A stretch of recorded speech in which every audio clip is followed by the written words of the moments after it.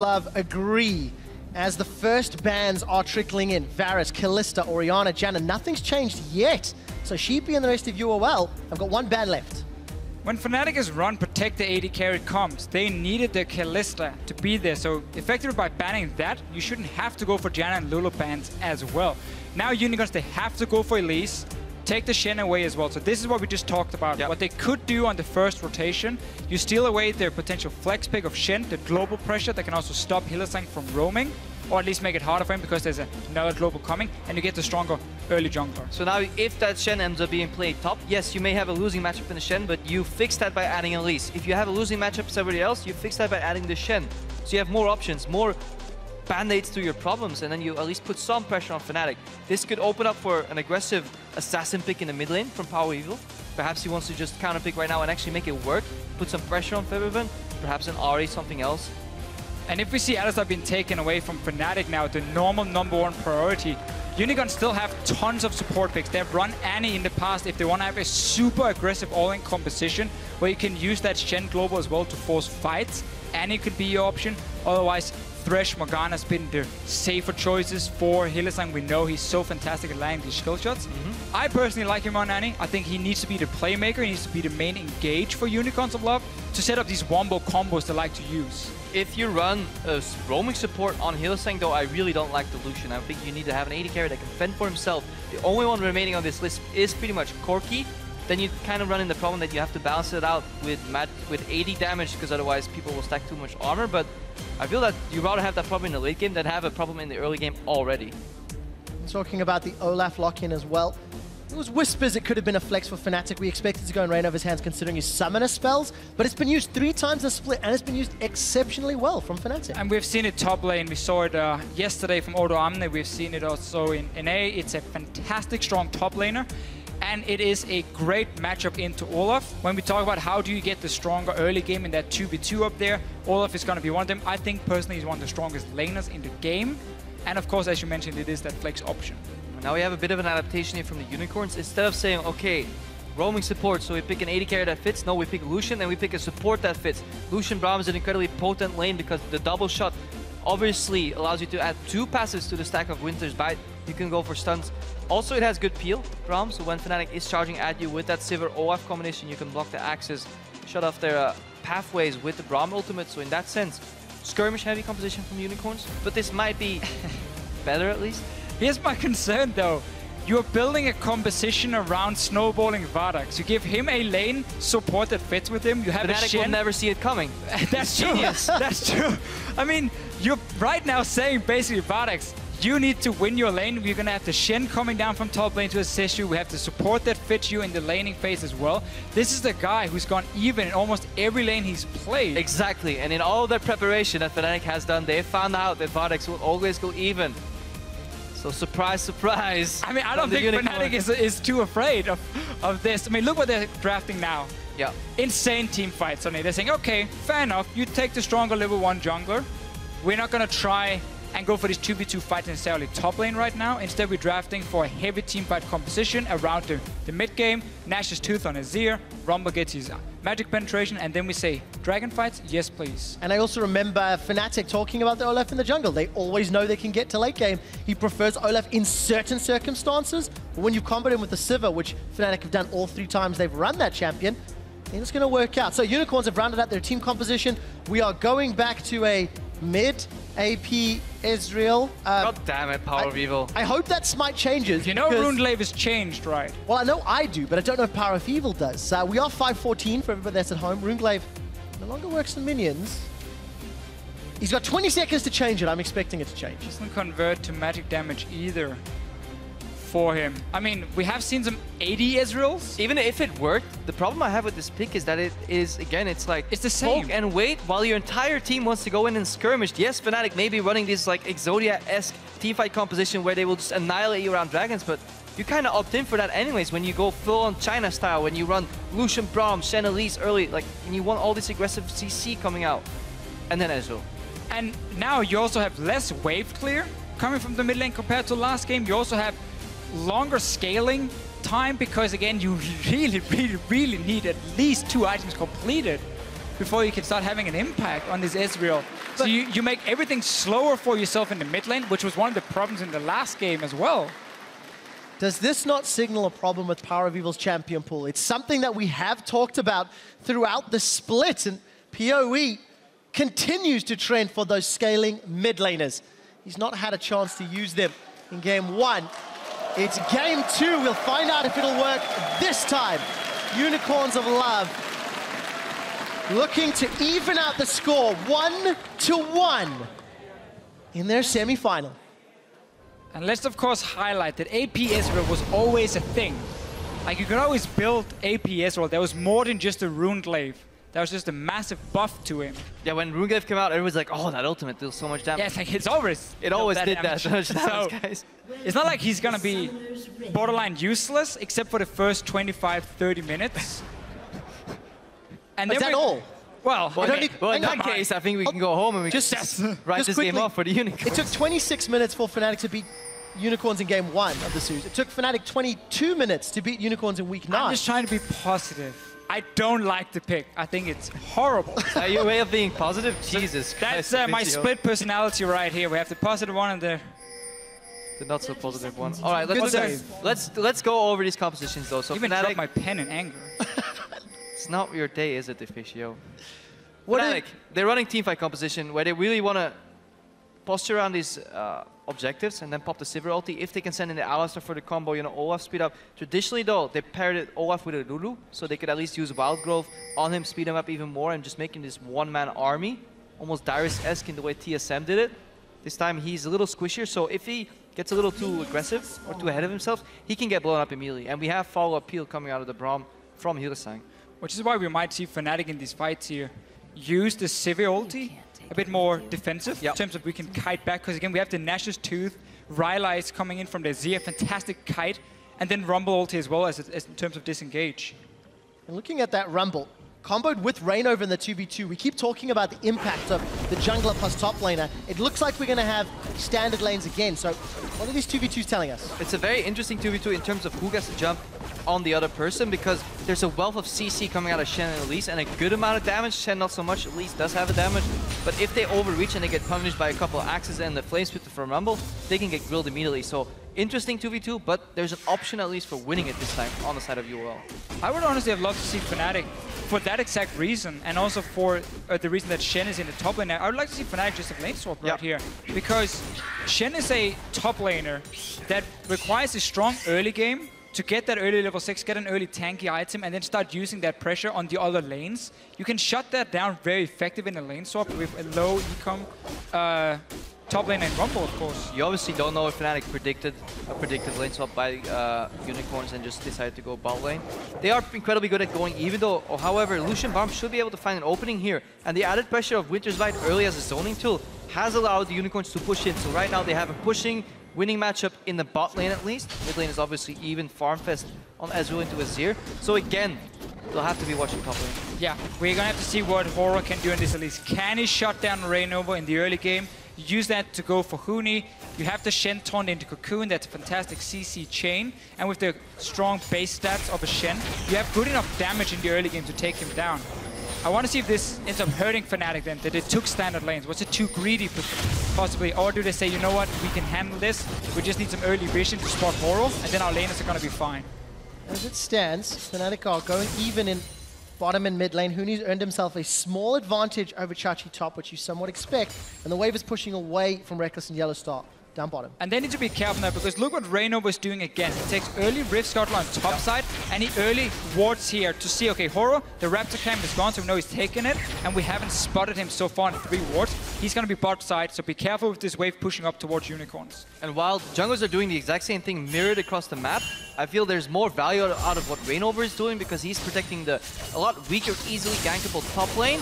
The added Rift Scuttler and just some extra vision in the bottom isn't really going to matter, because it is so unlikely that Reignover is going to gank his lane bottom early, let alone mid lane from the right side, very passive Ezreal. So the vision in the top half of the map is just more valuable for both teams. And you have the guaranteed CC in top in the Shen Taunt, compared to where you got to stack up on the Braum first. You also have double wards obviously on the bottom side with 2 trinkets, so it will always be harder. Huni just burning Chachi a little bit while he's trying to get some CS. Press Q, press S, win trade. We do see that Horo's moved himself up to the top lane. Not going to go for the gank as we see YellowStar moving into the river. With some great stats, but there's that lane presence. The ward going to time out short. This could be first blood for them. There's no ward from Huni. Reignover hasn't spotted anything. The pink ward is what they're setting up everything for this. Huni is going to walk straight into Horo. Gonna be in trouble. Cocoon connects. Horo's gone spider form. Shelling's smite is down. He's gonna be able to follow with the repel, and does. Huni's already flashed. One more venomous poison. The volatile spiderling's coming out. No! The shield from Huni keeps him alive. A flash forward from Vizicsacsi, and he will get first blood. I think that volatile spiderling not killing Huni may actually work in a favor, because now the first blood gold they shared plus an assist. More hashtag worth coming out of that play. And it felt like Huni was smelling the play because YellowStar on the bottom. You can see when that Scuttle Crab had been taken. That was a while ago, indicating that Horo could have already moved to the other side of the map. Huni smelled the gank, but unfortunately for him, Elise was already in the brush. We just saw all the vision being placed from Fnatic very early on because they were expecting the first clear from Horo to go up to that top side and say, okay, we're now preventing the first gank. And then the vision slipped up when it came to the second time where Horo could then walk up, and we saw Huni go down. And we mentioned this, how easy it is for him to go up to this lane and kill Huni. And that is one of the strengths of Elise. She's such a sustained jungler. She can gank at different times, whether it's 3:30, 4:30, or even 5 minutes. She can pinpoint those ganks at different minute marks, and that makes her very unpredictable, therefore a strong early game jungler. Unicorns using it to their advantage to get that first blood. Unfortunately for Unicorns, the wave was so heavily pushed. Huni was not denied that 2.5 waves or so of experience. Has still got a CS advantage. Already has access to the equalizer, and we can see the lanes already backing. PowerOfEvil's hit 6 as well. And Horo needs to return to this top lane, because what you want to do now is punish the no-flash rumble, and that again enables the Shen then to TP down to the bottom lane, because once you got that wave pushed out versus Huni, that's when Shen can lead. If he keeps shoving it into tower, Chachi might lose a tower for himself if he goes down bottom lane, not even getting a guaranteed kill. That's what Reignover is trying to prevent here with some deep vision in the enemy jungle. He just wants to find Horo. That is usually his approach to the lanes. We said it before in the analysis, he doesn't really go for these ganks unless he knows where the enemy jungler is, avoiding the risk of a counter gank. Even now, if he doesn't find a Horo, he just takes away his camps and he says, Horo, well, if you want to do the best thing for you, which is gank top lane, you'll have to enter an empty jungle. They're meeting each other here at the Crux though. So perfect from Reignover. Doesn't get taunted though. Perfect for Reignover. In fact, he gets to spot Horo now, so he gets... And he takes half his jungle as well. Raptors are gone. Take some of the jungle away. You prevent their potential second gank that was going to happen up top here. Huni can go back and get a second ward now as well. So they really make sure he's going to be safe, because now it's all about the Shen TP on the bottom side. Can Unicorns use it to snowball? The problem I have with this draft is, imagine if this matchup played out the same way with, for example, an Ahri in the mid lane. That would now allow PowerOfEvil to go aggressive with a Stand United on his back, make a play somewhere. Ahri is running this very, very passive Ezreal. We see max range Febiven smells the gang coming out. He dashes backwards. No really potential for opening up the map for the Unicorns. I also feel like if you want to run a scaling mid laner who lacks wave clear on outside of the ulti, in this case here, go something like a Kassadin into this Azir. That's a fine matchup for you once you hit level 6. Yes, you're going to be shoved down anyway, but this is going to be the same here for the Ezreal. And then it fits in with the rest of your composition when it comes to, hey, we need to dive onto the Sivir and Azir and the late game team fights with Shen ulti. That would fit in a lot better than a long range poke champion. We have to see though what PowerOfEvil can do late in the game. Well, we saw PowerOfEvil throw out that True Shot Barrage to try and either steal the Raptors or maybe get a surprise kill on Reignover. There was some deep wards around the red buff of Fnatic from UOL, giving them some information to work with. There is a cleanse on Febiven, and it's used this time around as opposed to heal from game 1 of the series. And we see Horo, he's picked up an early Sightstone on his first back. Reignover already got that Cinderholt completed. So everybody farming their way up. We're a minute away from what was a 3,000 gold lead for Fnatic in game 1. UOL, their stronger lanes are doing better this time around. Horo now picks up the Scuttle Crab top side of the river. A lot better deep vision coming out of Unicorns of Love, and that is the result of these winning lanes in terms of pressure. Yes, the CS might be even this game. Notorious, Rekkles, and Vardags obviously for going even in CS at the 10-minute mark. However, this time Unicorns were pushing. This allowed them some deep work, some more information, and this holds Fnatic in check. They're no longer getting caught off guard as much. Remember, Fnatic is comfortable playing this game. They're only down 600 gold. We've seen teams get ahead 7,000 gold and still not beat Fnatic, so Unicorns will need to do more. It's just all built around Horo and this Elise. It was testing the waters in game 1. Does Reignover play it? Yes, it is. Okay, we take it early rotation next game. And it's paying off. He's a lot more active on the map. He doesn't have to really be so afraid of the Olaf, as we saw in the last matchup.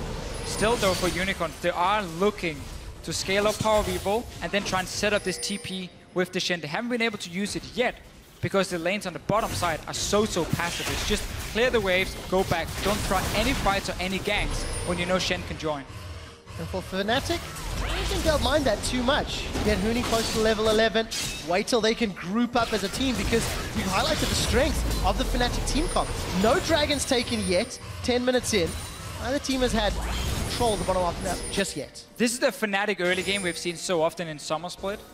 The low-risk early game. You don't have to go aggressive. You don't have to go for a crazy gank if you think there's a chance of a counter gank coming in from the Unicorn. So we just sit and farm. We wait for team fights where they have been the best team in Europe. And they usually wait for the enemy team overreaching and then punishing that by a teleport from Huni. This could be the case right here. We see Horo lurking in that brush. For another Sivir lane. Huni is prompted. He's ganking a Sivir lane, and that is one of the... Alistar Sivir is the pinnacle of net neutral lanes, because YellowStar will never go in for that combo unless he's absolutely sure he can't get counter gank. He gets popped right now, but he still has ultimate. That's why Horo is not coming out of that brush. Also doesn't know if the next brush is warded or not, so he doesn't want to step in. Still waiting there. This is only gonna work if Unicorn set up a dive with the Shen, but that's again against an Alistar. Also, if Unicorn start randomly here, really shoving the wave. Hit a minion! He's dragging the minions to the wrong side. He wants to move Rekkles towards the brush, but you can't do that if you have minions on you, especially Horo as well. He could have actually had an angle on the Cocoon slightly earlier, but the play is too forced, and eventually Spell shield as well. If you change these laning behaviors, I can almost guarantee that Vardags and Hylissang have not been playing like that in the laning phase so far. Therefore, Rekkles and YellowStar were likely aware that Elise was in that brush. But that's why it would be way too predictable if that was ever gonna work. If Vardags starts randomly hard shoving the wave, obviously they're gonna call, okay, Shen is gonna join in. Chachi now, he's in trouble. I think he's dead, Deficio. Undertow. And kill credit to Febiven. Probably even better. So one of the things you can do with this Nashor's early as is you can fast push your waves so effectively against an Ezreal who has to use his ulti to clear the waves out. You can just shove it in and leave. Notice how Febiven is going to return before the wave even hits his tower. And this is the way plays turn out to be in League of Legends when it goes over multiple minutes.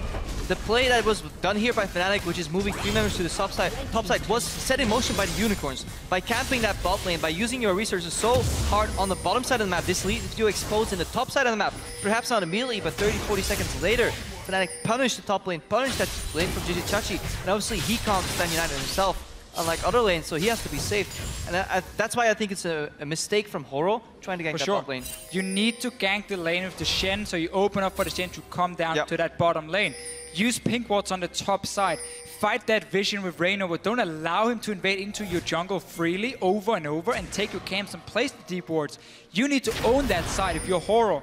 That's one of the ways you could have snowballs the early game. Instead now, we get a Fnatic lead once again. YellowStar will be caught out, but he has ulti. He does, and he throws it down. Unbreakable will is out. Pulverize goes down. Reignover also has the ability to get rid of everything Braum can do. Ragnarok will be thrown in a second. Ghost is up. Ragnarok's up. Flash forward for the Mystic shot. Reignover may have held on to that a touch too long, but you can't shake the knockup. Cooldown, just a few seconds on the cooldown for him, so he couldn't prevent the CC coming in before it was too late and he ends up going down. But greedy check as well from him. Now on this BF pickaxe timing on the Lucian and the Alistar ulti being down, this could actually prompt a dive on the bot lane from the Unicorns, because Alistar obviously never dived him because of Unbreakable. With Stan United, they could actually go for the dive. However, they have to make it quick, because 4 seconds is all it takes for Huni to land. Equalizer could turn it all around, but it could be another opening for the Unicorns here. Especially also with the tier 1 tower already gone in top, it's going to take a while for Huni to shove it back down, so you can just see the Shen, if you pay attention to it in minimap, in case Unicorns are setting up for a dive, how he's just going to walk away from the minions, sit in a bush, ready, and then he can always TP in onto Hylissang when he jumps in first, or of course Elise if she's down on the bottom side. But this mid tower is slowly but surely going to be chipped away by the Azir, and if there's no help for PowerOfEvil, that tower will fall, so Unicorns have to be ready to make the play. Well, we talk so much about a UOL tower dive. Fnatic say, screw that, we'll start our own. Vizicsacsi's going to be able to arrive. So does Huni. They've got one, but they've lost one in reply. YellowStar is down. His first death of the series. Chachi is being focused by Huni and Rekkles. Huni's tanking up the tower shots. Here comes Reignover. Undertow, Rekkles swing, Undertow. He's got one more, and the kill credit to Febiven. They may be able to get a tower. Undertow's can only slow Hylissang. Mystic shot comes out. Reignover's running. Mystic shot's being blocked. There's no true shot barrage. Hilly flashed for the Winter's bite, but it ends up biting him. Now Huni's coming back in. Gonna find 2 Electro Harpoons before PowerOfEvil gets his second kill of the game. PoE's not done yet. True shot barrage getting reduced on cooldown with each Mystic shot. Rekkles, 300 HP. Flashes, another Mystic shot. PowerOfEvil's got a triple. Such a greedy dive from Fnatic. They had no ulti on that Alistar. They're going for it. They know another one.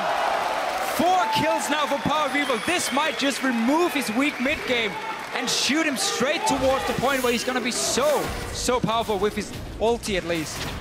And the worst in things that's for Fnatic, they could have not predicted the amount of time that Hylissang spent in base. I just went on my screen and rewatched it. He was waiting around 10 to 15 seconds in his base trying to figure out where he was going. Then he went mid, went back to bottom. He could have arrived at the dive around 5 to 10 seconds earlier and punished Fnatic even harder. So this almost seemed like a panic reaction from Fnatic. Let's watch that again. He even flashes to get the right angle in the W knockup. He doesn't space out his cooldowns well enough.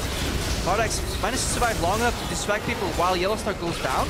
And now Chachi, he's buying time. Look where Hylissang is. He could have actually been half a screen further, if not a full screen further, if he just didn't hesitate as much in the shop. This could have turned out very, very grim for Fnatic overall. And there was absolutely no reason to go for this play. There were no pressure on the map. All the lanes were about to be shoved out because Unicorns had gone back to base. Instead, without the Alistar ulti, you take the dive. Unnecessary PowerOfEvil playing cleanup. I mean, he couldn't have asked for a better situation. Yep. Hylissang just slowing down targets for him, and then he can Braum. get in the damage. And really, Fnatic, that is not a play we normally see from them. Uncharacteristic mistake from Fnatic here, but overall, fantastic cleanup by PowerOfEvil. That is one thing we did not point out in Champ Select. Ezreal can always safely apply more stacks to that Winter's Bite. Snipe. Because you have that apply on hit effects on the Ezreal Q, obviously, and against his slow posturing around objectives lineup from Fnatic, Braum actually might be a better support because Alistar is one engage only. Braum can just throw out. They're gonna go again, by the way. They have ulti now. Does have Unbreakable. Vardags is going to get focused, gets caught by the boomerang blade. One more hit is all it needs. Rekkles gets the kill. True shot barrage flies across from the middle lane. And this should be the tower as well. Chachi does not connect to the taunt.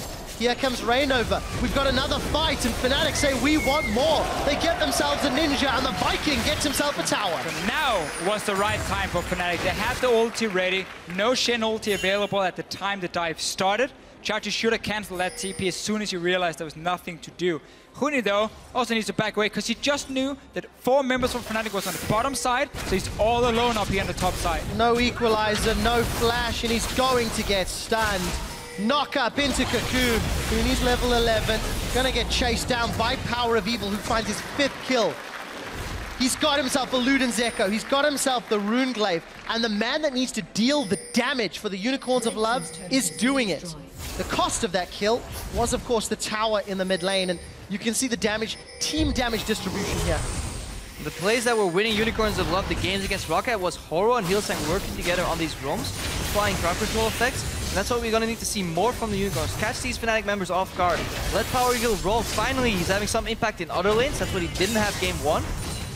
See more of that. Still, again, Huni overextending. You invest 4 guys on the bottom side. You have one job as a top laner. You run. You don't try and overextend your own lane. You can't keep pushing multiple lanes at once because Unicorns will just walk up and gank you. But this build here from PowerOfEvil, it is so outdated. I mean, remember the Luden's Echo change that happened, so it didn't proc on Rune Glaive as well. So we saw the APS will start simply skip Luden's Echo, it just went straight for Death Cap. He's not going back to it anyway because his damage is mainly going to come from his W, his E, and his ulti, where the Luden's Echo will proc. It still takes more time to stack it up and be effective.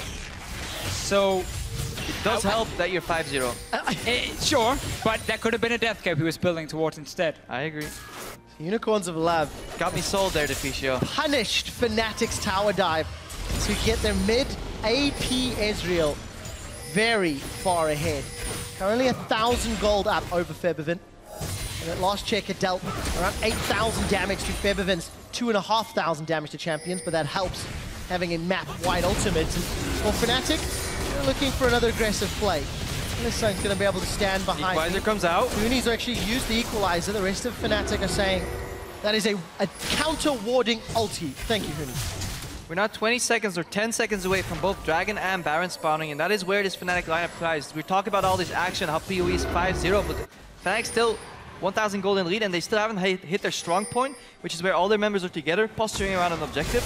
We'll have to see if that actually punishes the Unicorns, or if they can find these CC chains that I've been doing so far in these small skirmishes. If they can also find that in the 5v5s, perhaps they have an opening. And PowerOfEvil is the guy to watch for Unicorns here, because if he can connect some great poke, then he will force Fnatic to take the composition, use it aggressively to dive onto them. Otherwise, they can kite back with this Azir, with the Rekkles coming in second item for him, with the Sivir ulti as well, and suddenly Unicorns have 0 engage to get onto him. They're setting up a potential counter Baron, but Unicorns are keeping both Hylissang and PowerOfEvil near that Baron, so Fnatic are going for it, and second Dragon now for the Unicorns. At the cost of the Baron comes the red buff and some jungle control. Fnatic takes that. Winter's Bite connects. Taunt Chachi, I don't really think you want to go in there. The good thing for Unicorns is, however, they have double check on that Baron. They can have send in the Ezreal ulti, and then later on they will have the Scrying Orb. Once Vardags finishes that, hopefully he realizes on this back that he has to buy that. I think against Fnatic as a team, you can run double Scrying Orb too. You really just don't want to let them have Baron. Something we have seen Unicorns do quite a lot when they run poke champions. PowerOfEvil then gets a Scrying Orb, and then you have, as you just mentioned here, more ways to avoid a face check. We do see Fnatic have picked up an early Void Staff for Febiven's second item. Slight departure from the previous game. Still holding on to a very, very minor gold lead thanks to those 2 towers, but Unicorns have got control of the Dragon Pit. Both times it spawned, and some defensive wards from the Unicorns of Love. Game 1 we saw a Runeglaive Elise. Horo's not opting for that. He's going CDR boots. Or he's just, yeah, he has CDR boots already, and he has the Cinder Hulk finished up. You see a tweet from Santorin coming in. PowerOfEvil definitely wants to stop Fnatic's win streak. I mean, he's not wrong. He's not wrong. It would be the 20th victory in a row, and YellowStar, Rekkles, Fnatic, they're all running. On the hunt is thrown down, and they will not find their targets. Fnatic. Incredibly forced play by Fnatic. It is so much easier for Fnatic if they shift their attention down towards objectives, set up vision around them, and force Unicorns to move down and check towards Fnatic. Not them chasing on the Unicorns here, trying to connect. Basically with Huni's ulti as the engage, and a Sivir trying to speed up Alistar. They're making it very difficult to use the ultis correctly. Let's see though, it's very angry at the ground. Second time. I like it. Does not find his target.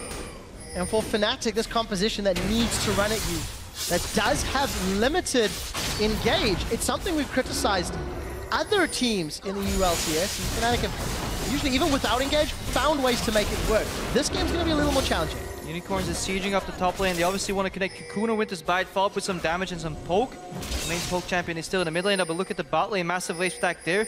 This does give them some momentum to make a play somewhere else on the map. It doesn't look like they're set up properly to really capitalize on that. All they're going to get is some vision control, and honestly, I think they're happy with that at this point. Yeah, gotta take what you can get. Also for Fnatic, making sure they will have enough engage with the Sivir ulti. They have Talisman coming in. I like that from the other side. Can work both ways, defensively and offensively. Now a potential dive from the Unicorns Olaf. Flash for flash already. Fnatic have managed to get away for the time being, but they will lose their tower up top. Vardags forced to heal as well. Shen can still go back though and defend this wave in time. He has his ulti, he doesn't need that TP.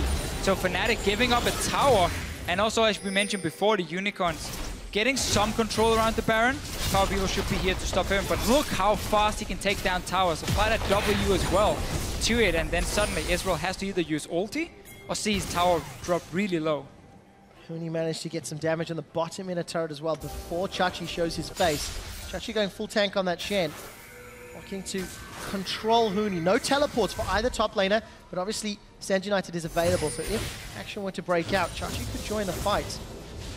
Keep your eyes on Horo and Hylissang. They have to find an opening somewhere. They need to add some pressure to the map so Cocoon and Winter's Bite can force flashes, can force people out, and maybe net another tower, another objective. That's the way the Unicorns want to get ahead right now. And then eventually PowerOfEvil scaling up his poke. But he's playing against one of the biggest late game mid lane carries into Azir. So definitely will be a hard task for him, especially later on. Once you get some extra magic resistance as well, Aegis finished on a couple of members, then this poke is going to diminish overall. And PowerOfEvil is almost alone against the world, because the Lucian in these fights, there's so much zone control here he has to worry about. You know, you gotta worry about the Rumble ulti with your low range on Lucian. The Azir soldiers will destroy you in the late game. Olaf connecting one axe means the next one is gonna follow. So Vardags in these fights will have a very hard time dealing consistent damage. He always has to like try and dash around and like dodge what Fnatic's sending at him.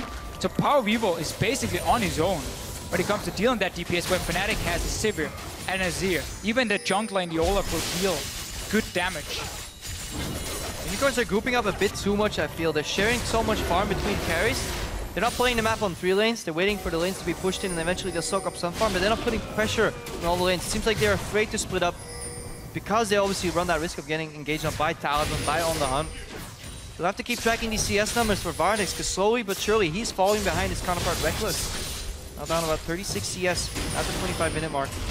You mentioned engages from On The Hunt, engages from Ragnarok Equalizer. Fnatic have actually tried to push their advantage a few times, and it's cost them. The tower dive down bottom getting PowerOfEvil fair. The attempted push up top ended up allowing them to lose a tower. They did well to at least reply. But for Fnatic, slightly different style from what we're used to seeing in terms of forcing a fight but not coming away. This time around, they may find Horo using a proper death, but Horo's going to repel that. What goes up must come down before it goes down. Glacial Fissure, that's not the greatest, as Chachi is going to finish his stand united. Hylissang's being focused out by Rekkles with the red buff. PowerOfEvil and Vardags are going to move forward. That arcane shift goes out. True Shot Barrage not available. And while all that was going on, Febiven got a tower as well. So we see a fight being forced from Fnatic. This time they've been using these 2 pink wards at the Baron just to force Unicorns to continue to walk in and try and place a ward, see if anything is going on. In the end, you have that face check. Everything gets popped from Fnatic. And nowhere to go for the Elise. Easy kill for them. Yeah, that Shen ultimate has to come down on Hor before he repels upwards. So when you land, you bring down the Shen with you. Then you have to have Hylissang join you in the fight. Otherwise, it's simply too late. You will have so many brush check potential in the Ezreal, the Ezreal Q, at least W, but they got too close to the brush, got engaged on. Good read by Fnatic. Result of that play. Unicorn still gets the dragon. Or who got that one? Fnatic, Okay. yeah. So let's see it again here. Look at the pink wards, meaning that your Unicorns have to move in and try and see what's going on near this Baron, and that's where you get that face check. But imagine if Shen was already on Horror here and landing with him. Shen only got loose really at the end, and now he flanks him from the side. So bit of a mismatch, miscommunication here, not respecting the brush check potential from Fnatic. But finally we see Fnatic say, you know what? Let Unicorns come to us. Then we can use the vision here. We can use our composition in these choke points with Rumble ulti, Azir soldiers, so effective. We are not chasing after you. And obviously Fnatic is still in control. Despite PowerOfEvil being so fed on the Ezreal, he is still alone on this team. PoE 1v9. Now marginally ahead Febiven in gold.